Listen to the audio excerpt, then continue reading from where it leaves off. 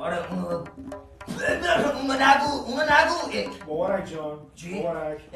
دارم حرف میزنم. ببخشید. آره بگو بابا بگو 12 سال شهردار بودی. آره بگو بابا بگو 700 تا چیز داشتی از کارتنگ شهردار داشتی. کارتنگ چیه؟ منظورش کارمنده. چی؟ با کی داری حرف میزنی؟ به تو چه؟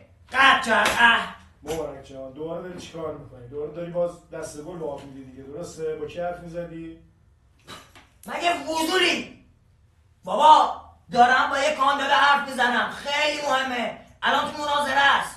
مناظره؟ آره بابا از بس وز کرده قطع کرد. کاندیدا اینا چه ربطی به تو داره آخه؟ بی تو چه؟ من اگه تو زندگی من تو چی کاره ای؟ بابا من مشاور شدم، مشاور سوئیس جمهور. دارم بهش خط میدم پوز ربیقاشو بزنه. مشاور کاندیدای ریاست جمهوری؟ الو چی شد؟ آره مختصرم. نخم تو چی؟ شد؟ بابا حله. بگو 2 میلیون 16 تا شغل ایجاد میکنیم.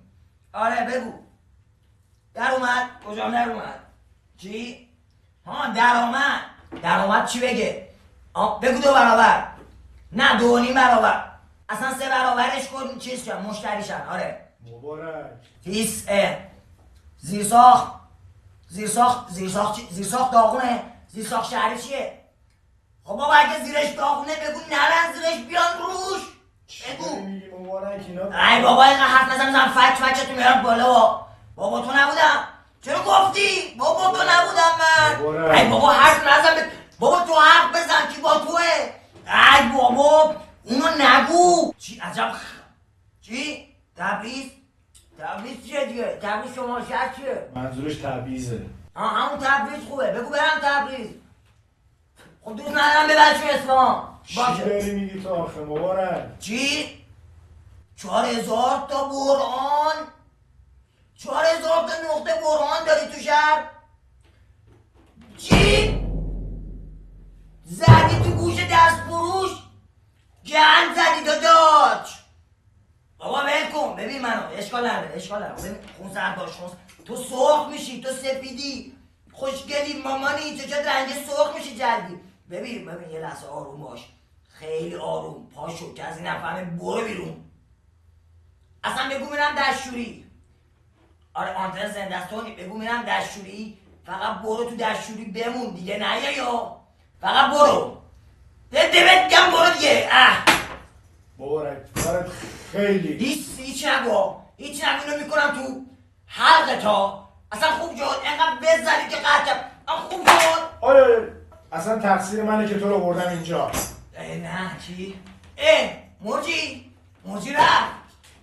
مرجی جان مرجی با بیا به قلعه. مرجی سلام خوبی چطوری؟ نیستم ببخشید بابا شوخی کردم. مریضم آشتی کنی؟ نه خیر بابا آشتی دیگه اصلا قرقر. آقا چرا کار نکردم که؟ چیکار کنم آشتی کنی؟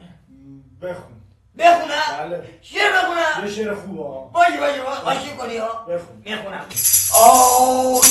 میخونم از کسی که تهرون داره، دل تهرونی ها رو کرده پاره. حالا بعد 12 سال ریاست میخواد بلا سر ایرون بیاره.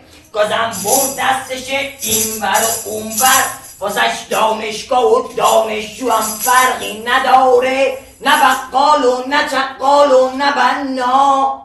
آخه داداش منو هم کرده پاره. مبارک دلمو میگم